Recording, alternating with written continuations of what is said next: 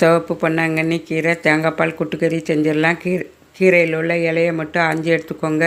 கடாயில் 2 கப்பு தண்ணி விட்டு 50 சிறுபருப்பு, 10 சின்ன வெங்காயத்தை கட் பண்ணி போட்டுக்கோங்க. 3 பச்சை மிளகா, 6 பல் பூண்டு போட்டுக்கோங்க. கீரையை நல்லா பொடிசாக கட் பண்ணி எடுத்துக்கோங்க. கட் பண்ண கீரையை சிறுபருப்பு கலவையில் விட்டுறலாம். கீரை கலர் மாறாமல் இருக்கிறதுக்காக 1/4 டீஸ்பூன் சுகர் போட்டுக்கோங்க. 2 தக்காளி பழத்தை மிக்சியில் போட்டு நல்லா நைஸாக அரைச்சி அந்த கீரை கலவையில் விட்டுறலாம். தக்காளி பச்சை வாசனை போகும் வர நல்லா கொதிக்கட்டும்.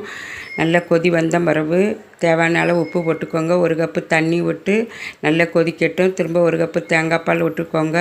தேங்காய் பால் விட்ட மாதிரி லேசாக கொதி வந்தால் போதும். இது சாதத்தோடு பிசைஞ்சு சாப்பிட சூப்பராக இருக்கும். கடாயில் நெய் விட்டு கடுகு, ஜீரகம், வத்தல், தட்டின பூண்டு, கருவேப்பிலை, காயப்பொடி தாளிசம் பண்ணி விட்டுடலாம். நான் இந்த கூட்டுக்கறியை வீடியோவாகவும் போட்டிருக்கேன், அதை பார்த்துக்கோங்க. வீடியோ பார்த்ததுக்கு நன்றி. வாழ்க வளமுடன்.